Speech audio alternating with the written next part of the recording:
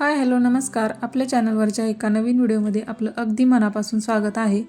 आज आपण पाहणार आहोत पालकाची गरगटा भाजी कशी करायची.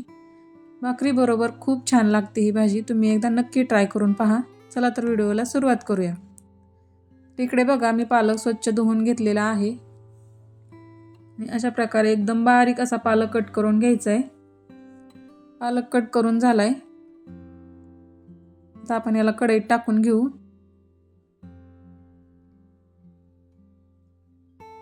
याच्यामध्ये आपल्याला एक टोमॅटो बारीक कट करून टाकायचा आहे. टोमॅटो टाकून घेऊ आणि याच्यामध्ये 1 ग्लास पाणी ओतून ही भाजी आपल्याला शिजवून घ्यायची आहे.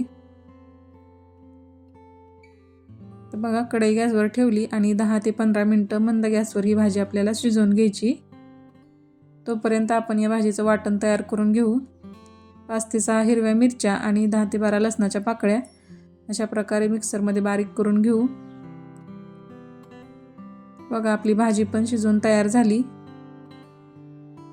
इकडे बघू शकता मी हँड ब्लेंडरच्या साहाय्याने ही भाजी बारीक करून घेतलेली आहे. याच्यामध्ये 1 चमचा बेसन टाकू आणि याला मिक्स करून घेऊ.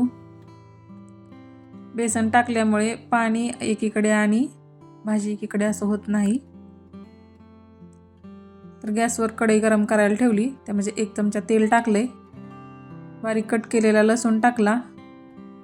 लसूण लालसर रंगावर परतला की त्यामध्ये आपण मिरची आणि लसूण याचं वाटण केलेलं होतं ते टाकलं. अर्धा चमचा हळद टाकून घेऊ आणि अर्धा चमचा लाल तिखट. आता याला परतून घ्यायचे 2 मिनिटे. आणि बघा 2 मिनिटे परतल्यानंतर आपण जी भाजी बारीक करून घेतलेली होती ती टाकूया. आवश्यकतेनुसार यामध्ये पाणी घालायचे. मुठभर हरभऱ्याची डाळ टाकायची आणि 2 चमचे कच्च्या शेंगदाण्याचा कूट यामध्ये टाकून घेऊ.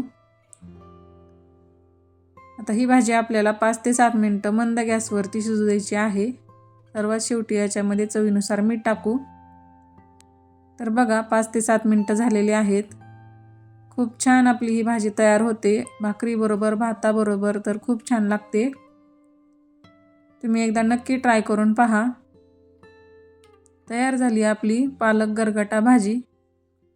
व्हिडिओ आवडल्यास लाईक करा, शेअर करा आणि आपल्या चॅनलवर नवीन असाल तर चॅनलला सबस्क्राईब नक्की करा. धन्यवाद.